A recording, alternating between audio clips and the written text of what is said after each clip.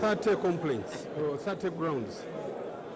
Now, out of 30, the court has only identified the 2 where EC was almost non-compliant. So can you say that is substantial? It's not. Other lawyers, however, have another perspective on the issue of substantiality that they felt the justices of the Supreme Court addressed. What their lordships have said, and I think it's a good position, is that substantiality does not only refer to numbers.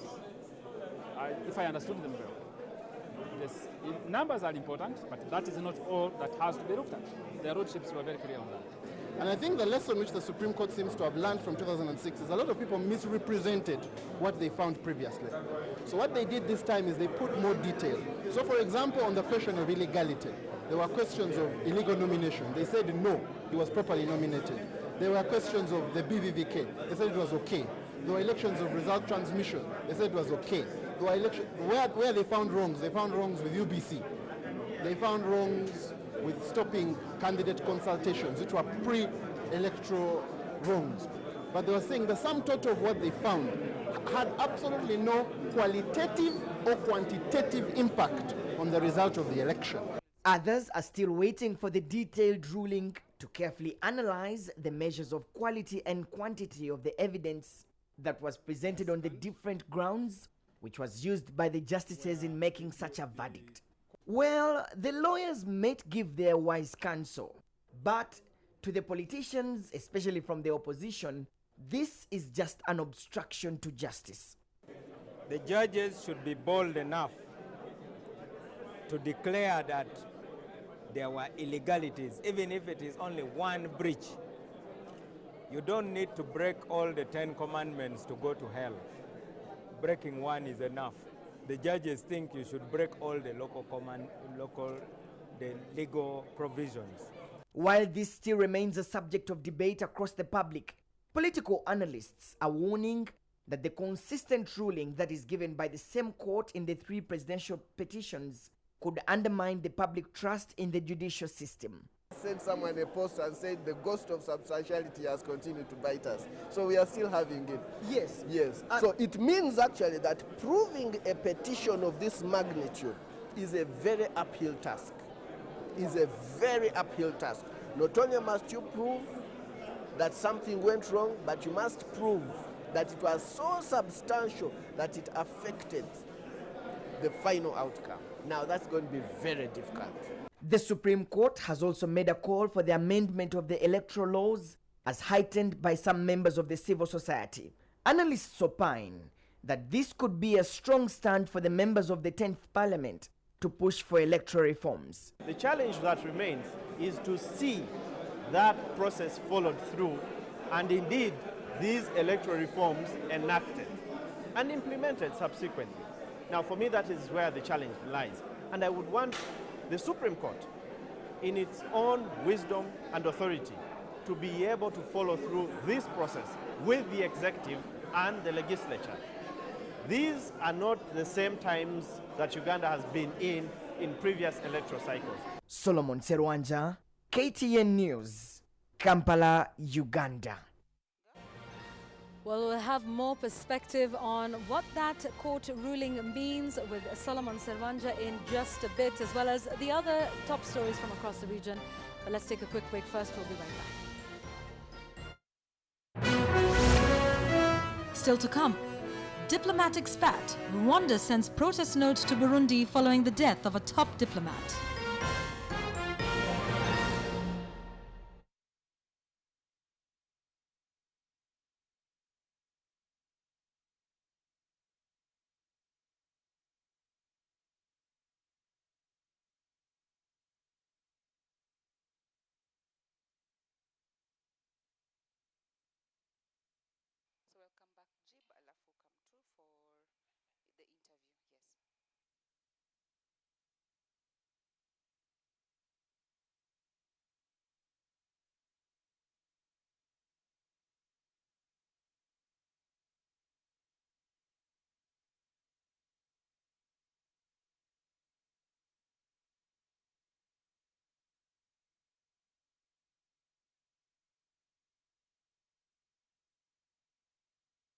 on Parliament, the 10th Parliament, will be up for this task to, you know, discuss these reforms so that we don't have a replica of what happened in 2016? I want to be very optimistic that now that the Supreme Court has added its voice on the call for electoral reforms, this is going to be taken up by both the executive but also the legislature.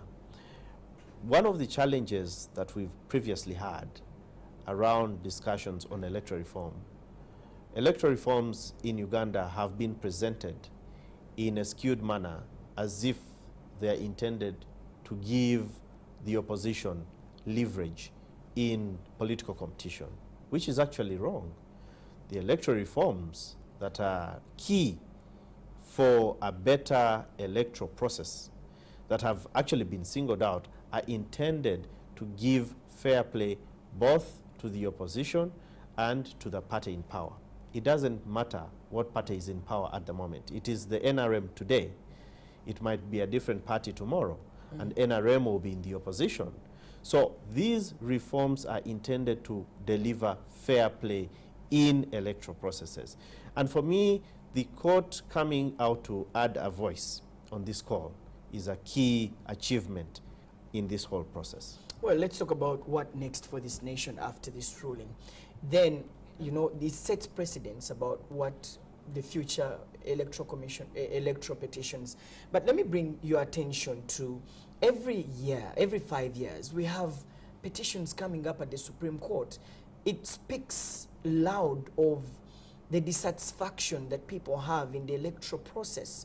And many people think that it could turn out bad if we consistently have these, you know, election petitions at the Supreme Court ruling, making the same rulings and all that. People are losing trust in the electoral process, in the judicial process, sorry. That is Isn't true. it very dangerous that we have to have all these That is true, but you see in an election, there will always be winners and there will always be losers.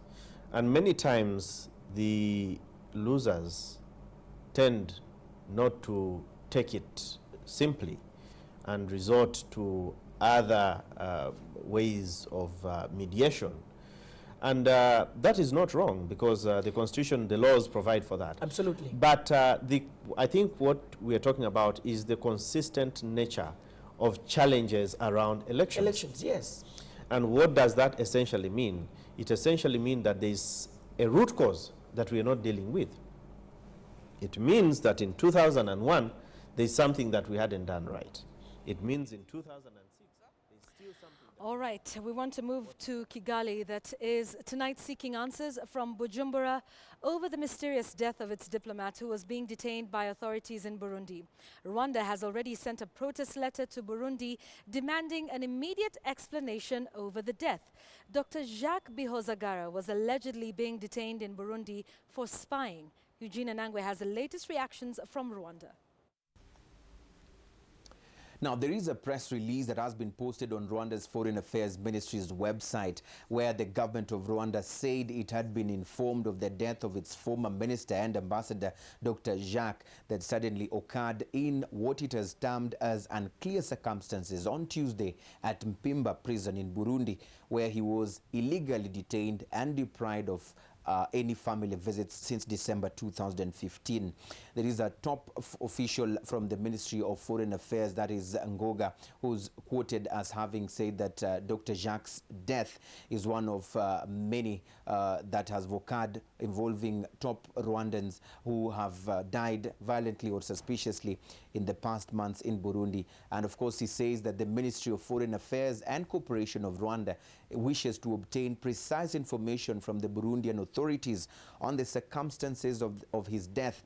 And of course, he's also asking for clarifications on the reasons for his detention since last December. Now, Rwanda's Foreign Affairs Ministry is not actually only demanding for explanations over the death of its former minister and diplomat, but is also calling on the Burundian authorities to facilitate the family of the deceased in their efforts to repatriate the body back to Rwanda. Now, from the look of things, you can actually sense the anger from Kigali if you read between the lines. Number one, Kigali seems to be saying that the death of its former minister and diplomat isn't the only case where a Rwandan has been killed violently or suspiciously in the past months in Burundi. Now, secondly, the Rwandan government is also insisting that the deceased had been held in Burundi illegally since December last year. And of course, Burundi said that he was being held over suspicion of spying and planning to destabilize Burundi's peace. Now, thirdly, the Rwandan government is also seemingly putting the responsibility of arranging for the return of the deceased remains back to Rwanda in the hands of Burundian authorities. Now, Burundian authorities have not issued any word yet over this particular developing story, but of course, those who are closely monitoring the seemingly simmering tensions between Kigali and Bujumbura say that Dr. Jacques' death could actually symbolize the landing of the last stroke that broke the camel's back. Over to you in our studios in Nairobi. Thanks for that, Eugene. And Nangwe will be watching the events between Rwanda and Burundi very closely, hoping for an amicable resolution to that standoff there. Now, let's take you to South Africa. And the South African's Constitutional Court has ordered President Jacob Zuma to repay the state some of the $16 million spent on upgrades to his private home. And as Zinzi Kibiku reports, the country's opposition maintains they want Zuma out of office. The South African Constitutional Court ruled on Thursday that President Jacob Zuma failed to uphold, defend and respect the Constitution when he ignored the order of the anti-corruption watchdog to repay some of the $16 million spent to upgrade his private home. The court delivered a sting rebuke to Zuma and gave him 105 days to repay the reasonable cost of non-security related upgrades to his home village residents back in Kandala, KwaZulu-Natal. The anonymous ruling by the 11-judge court is the latest twist in a 6-year saga that now adds financial damage to the political wounds that is already inflicted on Zuma. The National Treasury must determine the reasonable costs of those measures implemented by the Department of Public Works and the President's Ngandla homestead that do not relate to security, namely the Visitor Center, the amphitheater, the cattle kraal, the chicken run, and the swimming pool only. It was a clear vindication of the public protector, a constitutionally mandated watchdog who was described by Chief Justice as a biblical David fighting against the Goliath of corruption. He was duty-bound to, but did not, assist and protect the public protector so as to ensure her independence, impartiality, dignity and effectiveness by complying with her remedial action. One of the judges described the uncompromising nature of the verdict as a profound lesson for South Africa's young democracy, piling more pressure on Zuma, already feeling the heat from a string of scandals. All the president was required to do was to comply. Arguably, he did, but only with a directive to report to the National Assembly. The president thus failed to uphold, defend, and respect the Constitution as the supreme law of the land. Zuma, the 73-year-old Zulu traditionalist, has been under fire since December when his abrupt sacking of the finance minister sent the rand into a tailspin. The rand farmed to a near fourth month against the dollar as the judges delivered his ruling. The African Nation Congress majority in parliament will almost certainly give political cover against any attempt to impeach Zuma, but the ruling may embolden opponents within the ruling party to challenge him. Zinzi Kibiku, KTN News. An historic ruling from South Africa is what winds up our show today. We indeed hope that other African presidents are watching. The constitution of any nation remains supreme and must be respected. Thanks for watching Bottomline East Africa. We value your feedback. Please do keep it coming. Good night. I'm Yvonne Okwara Matole.